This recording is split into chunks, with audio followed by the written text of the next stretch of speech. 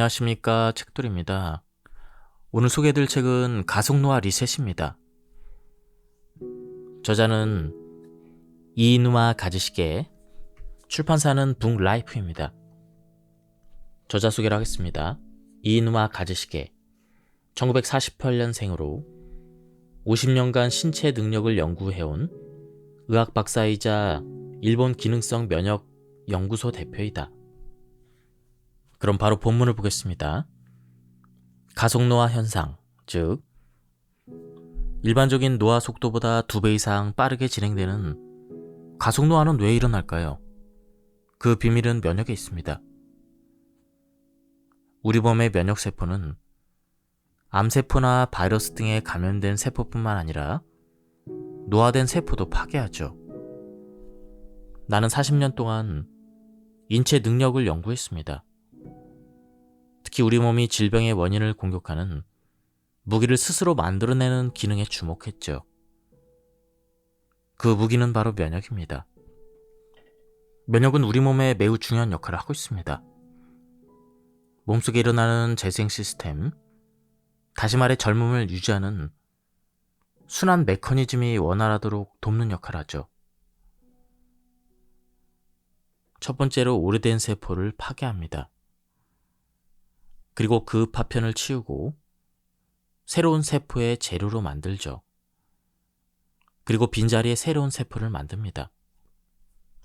이것은 이른바 신진대사라고 불리는 과정인데요.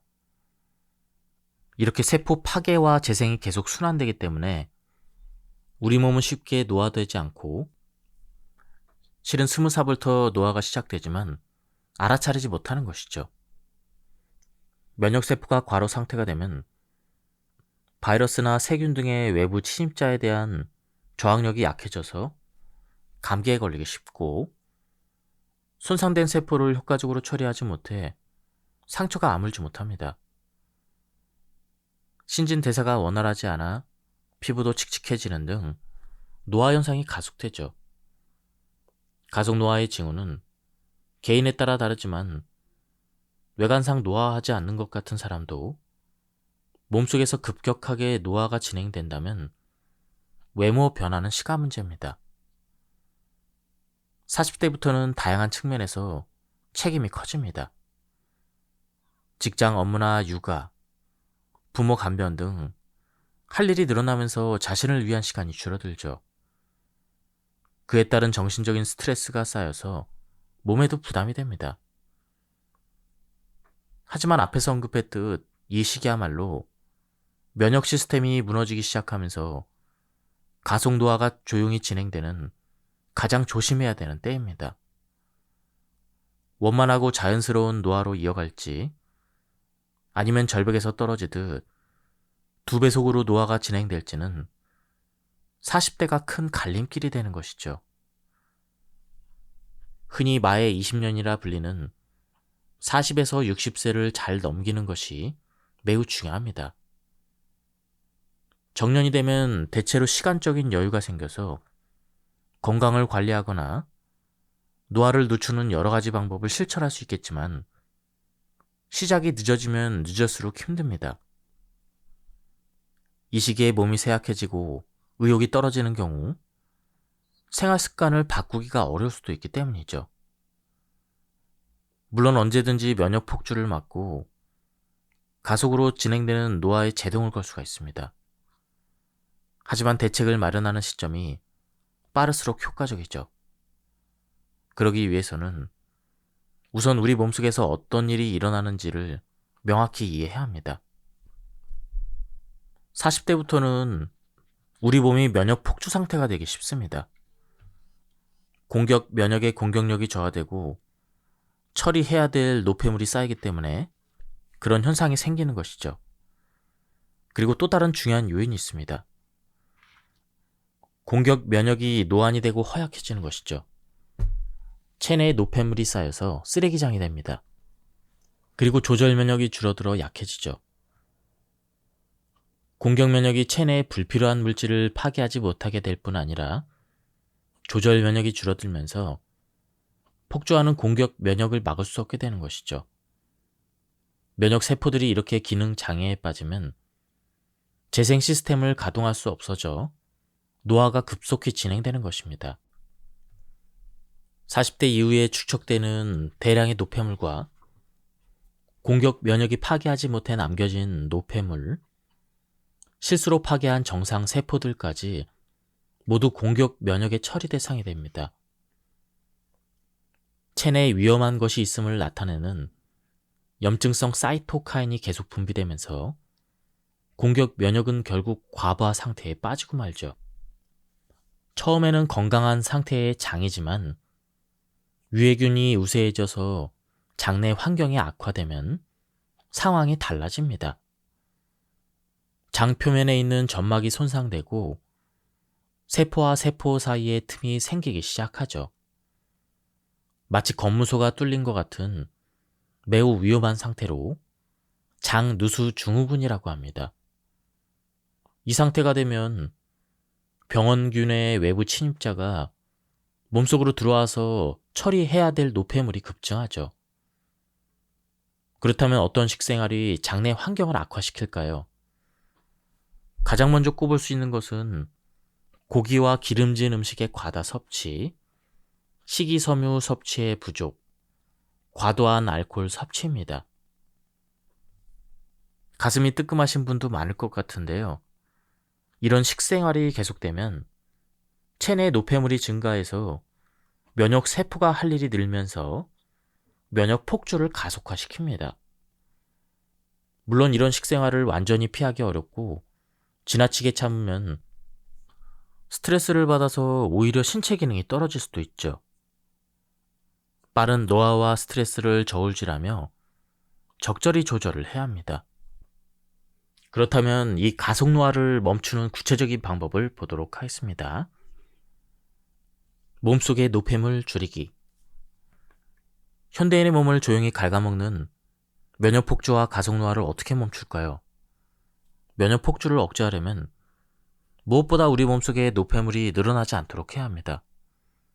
먼저 과식과 과음을 줄여야 합니다. 두 가지 모두 지방세포를 비대하게 만들어서 체내 노폐물을 크게 증가시킵니다. 물론 발생한 노폐물을 몸 밖으로 배출하는 것도 중요하지만 적절한 운동이 효과적입니다. 몸을 움직여 혈류를 증가시키면 체내에 쌓인 노폐물을 림프절이라는 쓰레기 처리장으로 밀어낼 수가 있죠.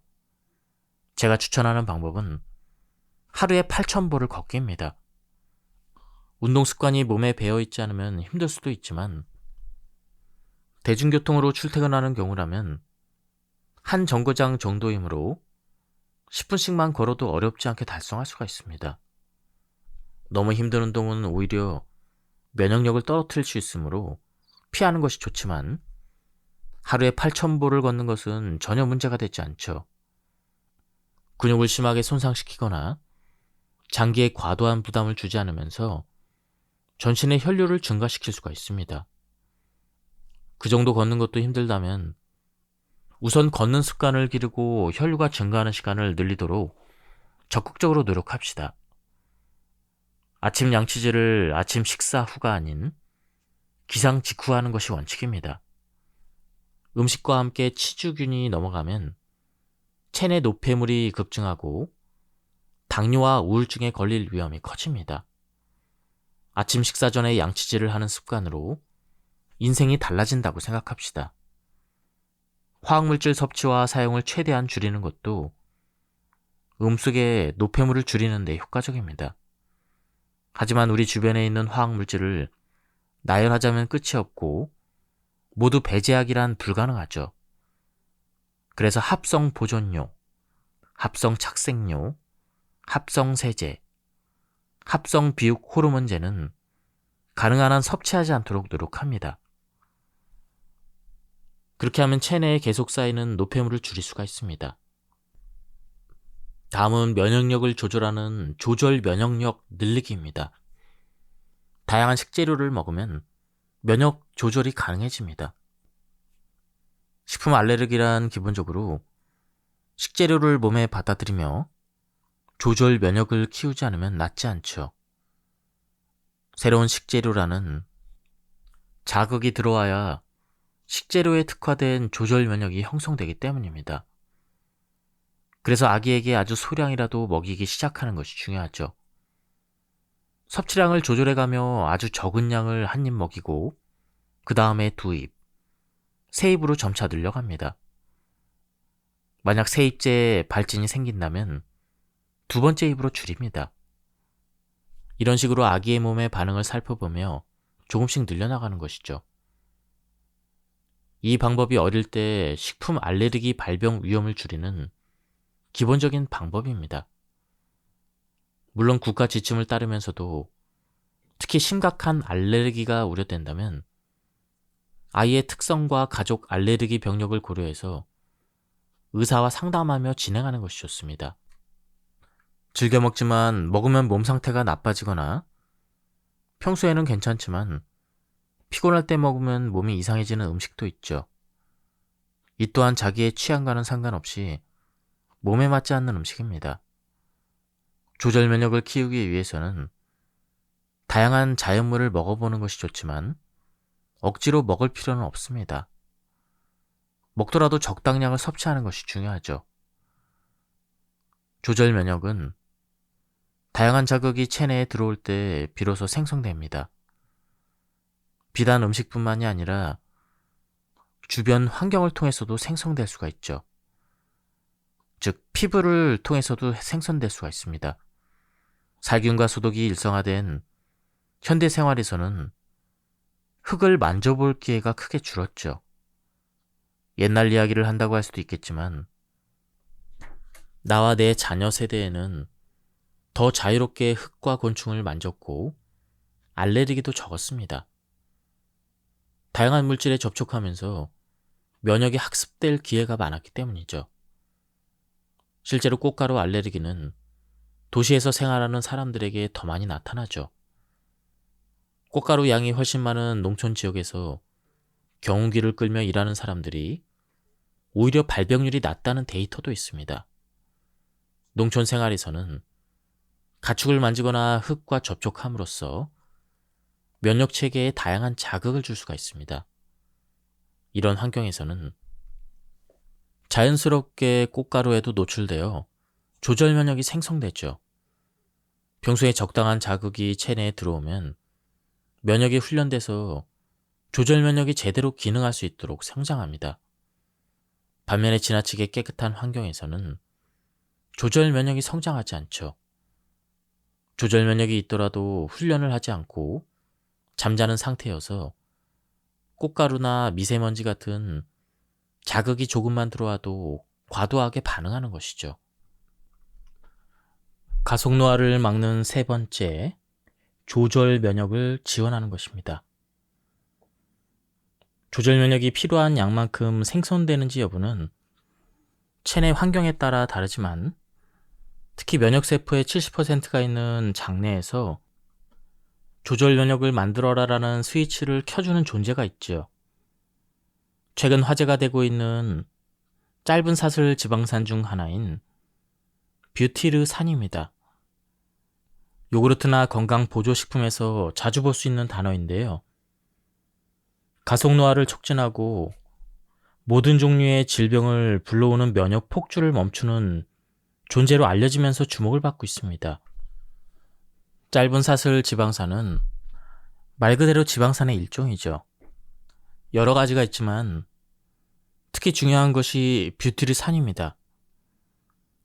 장 내부를 덮고 있는 상피세포의 중요한 에너지원이 될 뿐 아니라 조절 면역의 주역인 조절 T세포를 생성하라고 지시하는 힘이 가장 강하기 때문이죠. 뷰티르산을 체내에서 유일하게 만들어낼 수 있는 것이 뷰티르산균이라는 유익균입니다. 뷰티르산균은 음식물을 분해해서 뷰티르산을 만들어내는 균의 총칭입니다. 뷰티르산균을 키우려면 먹이가 필요한데요. 그 먹이가 되는 것이 발효성 식이섬유입니다. 식이섬유는 오랫동안 수용성 식이섬유와 불용성 식이섬유로 구분되었죠. 발효성 식이섬유에는 수용성 식이섬유가 많지만 일부 불용성 식이섬유도 포함됩니다. 이러한 발효성 식이섬유가 포함된 식품은 다음과 같습니다. 베타글루칸이 풍부한 곡류와 균류, 그리고 감자류, 펙틴이 풍부한 키위나 귤, 자두, 딸기, 레몬, 그리고 난소화성 올리고당이 풍부한 콩류, 그리고 이눌린이 풍부한 근체류, 그리고 저항성 전분인데요. 저항성 전분은 콩류와 고구마류를 들 수가 있습니다. 위의 식품들을 섭취하면 장내의 뷰트리산균이 신나게 흡수해서 뷰트리산을 만듭니다. 콩류와 뿌리채소, 해조류, 버섯, 현미 등 오래전부터 우리가 먹어온 것들이니 가속 노화와 큰 병을 멀리하고 싶은 사람은 적극적으로 섭취하는 것이 좋습니다. 이렇게 균이 음식을 섭취해 인체에 유용한 대사물을 만들어내는 과정을 우리는 발효라고 합니다. 반대로 독소 등 인체에 유용하지 않은 대사물을 만들어내는 과정을 우리는 부패라고 합니다. 불용성 식이섬유인 저항성 전분은 난소화성 전분이라고 불리며 장에 깊숙한 곳까지 전분 상태로 운반되죠. 앞서 언급한 콩류와 고구마류가 여기에 포함되지만 식은 밥도 그 성분이 있습니다. 과거에는 식은 밥을 자주 먹었습니다. 서민들은 아침에 지은 밥을 그릇에 옮겨 담아 점심과 저녁에 식은 채로 먹었죠. 이후에 보온 기능이 있는 밥솥과 전자레인지가 보급돼서 따뜻한 밥을 계속 먹을 수 있게 되면서 주먹밥이나 도시락 외에는 식은 밥을 먹을 기회가 줄었습니다. 과거 일상적으로 먹던 식은 밥이 조절 면역에 유리하다는 점은 매우 흥미로운 사실입니다. 저항성 전분도 그렇지만 발효성 식이섬유는 식이섬유 중에서도 난소화성, 즉 소화가 어렵다는 특징이 있죠. 대장의 마지막 부분에 도달할 때까지 장내 세균에 의해서 발효되지 않고 남아있다는 뜻입니다. 장내 세균에는 산소를 싫어하는 혐기성균과 산소를 좋아하는 호기성균이 있죠. 뷰트리산균은 혐기성으로 특히 산소가 조금만 있어도 죽어버리는 절대 혐기성 균입니다. 혐기성에는 뷰트리산균을 비롯한 유산균이 많이 포함되어 있고 호기성에는 유해균이 많이 포함되어 있습니다. 같은 장내에서도 소장에는 산소가 있지만 대장에는 없죠. 따라서 뷰트리산균이 서식하는 곳은 대장, 그것도 상당히 깊은 곳입니다. 위나 소장에서 소화되는 것으로는 뷰트리산균이 있는 곳까지 도달할 수 없기 때문에 난소화성 물질이어야 합니다. 면역 조절 기능에는 비타민 D가 특히 중요하다고 하는데요. 그 부분을 보겠습니다. 조절 T세포를 만들 때 비타민 D가 사용됩니다. 조절 T세포를 증가시키려면 비타민 D를 섭취하는 것이 중요하죠. 비타민 D는 염증성 사이토카인을 억제해서 공격 중지 신호를 증가시키는 역할을 합니다. 일반적으로 면역력을 높이는 영양소로도 알려져 있는 비타민 D는 대식세포 등의 공격 면역을 활성화하는 작용을 합니다. 하지만 이는 전반적인 면역 균형을 조절하는 것일 뿐 공격 면역을 우위에 두는 것은 아닙니다. 비타민 D가 풍부한 대표적인 식품은 버섯이죠. 버섯류에는 뷰트리산균의 먹이가 되는 베타글루칸도 풍부해서 조절 면역을 키우는 데 최고의 식재료를 할 수가 있습니다. 비타민 D가 풍부한 식품은 연어나 꽁치, 방어, 고등어, 정어리, 아귀의 간, 말린 멸치, 달걀 등이 있습니다. 위와 같은 식품을 섭취하기 어려운 경우에는 햇볕을 쬐면 됩니다. 우리 몸속에서 비타민 D는 햇빛을 통해서도 증가하죠. 자외선 차단제를 사용하면서 적절한 시간 동안 햇볕을 쬐면 됩니다. 여름에는 5분에서 10분, 겨울에는 30에서 40분의 일광욕이 바람직하죠. 아침 햇살은 강렬하고 피부 손상도 크기 때문에 오전 10시에서 오후 2시 사이의 직사광선은 피하는 것이 좋습니다. 햇빛을 쬐면 우리 몸의 비타민 D가 증가하듯 식품도 마찬가지입니다. 예를 들어 표고버섯은 생 표고보다 말린 표고가 비타민 D의 함유량이 많았습니다. 햇빛에 말린 식품이 비타민 D 섭취에 더 효율적이죠. 비타민 D는 지용성으로서 수용성 비타민과 달리 남은 양을 소변으로 배출할 수 없으므로 보충제를 이용할 때는 과다 섭취하지 않도록 용량을 꼭 지켜야 합니다. 면역 조절을 돕는 DHA와 EPA, 일명 오메가3 지방산으로 알려져 있죠. 뇌를 활성화하는 것으로 알려진 DHA와 혈전 예방 효과로 잘 알려진 EPA는 면역 조절 기능을 돕고 있습니다. 공격 면역이 손상된 세포를 제거하는 과정에서 염증성 사이토카인이 분비되죠. 이 과정이 끝나면 조절 면역이 공격 중지 신호를 보내는데 이때 DHA와 EPA가 도움을 줍니다. 이것들은 항염증성 지질 매개체라는 물질을 생성하는데 이는 한번 일어난 공격 반응에 제동을 걸어서 정상 상태로 되돌리는 작용을 합니다. 이를 통해 과도한 공격이 일어나지 않도록 조절하는 것이죠. 이는 참치나 꽁치, 고등어, 정어리 등의 등푸른 생선에 풍부하게 함유되어 있습니다. 가속노화를 막기 위해 유익균을 늘리는 다른 방법이 있습니다. 바로 체온을 올리는 것이죠.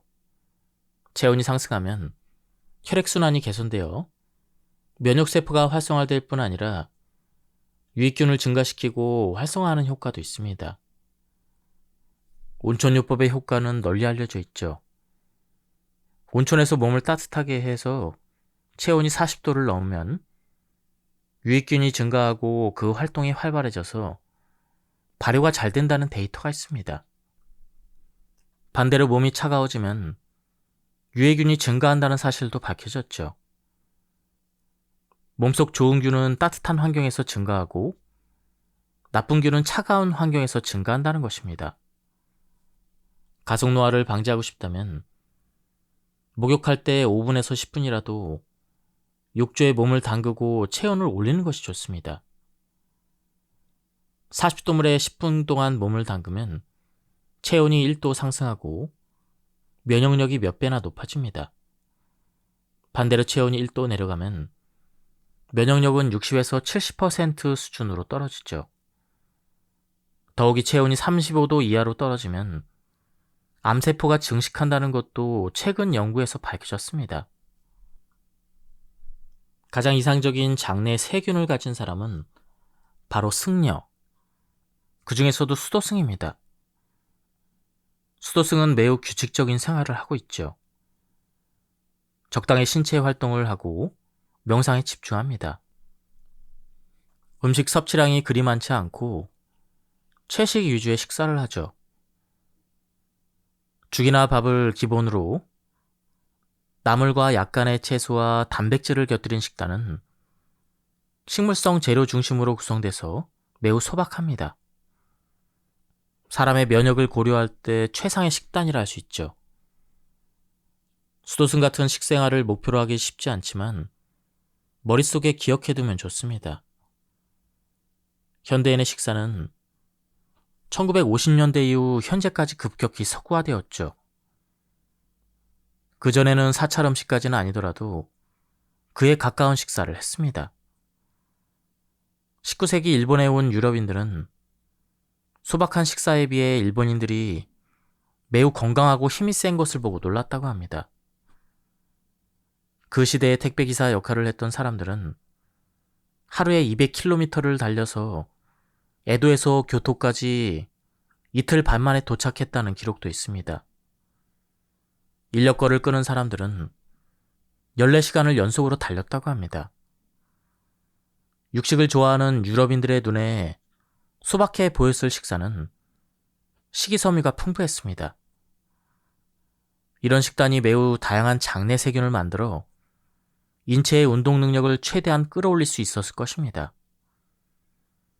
당시 일본인은 발효식품과 식이섬유가 많은 음식 위주로 식사를 했고 항생제도 전혀 복용하지 않았습니다. 당연히 장내 환경이 지금보다 훨씬 좋은 사람이 많았을 것이죠. 에도 시대의 식사와 생활 스타일은 현대인의 장내 환경을 개선하기 위해 참고할 만한 부분이 많이 있습니다.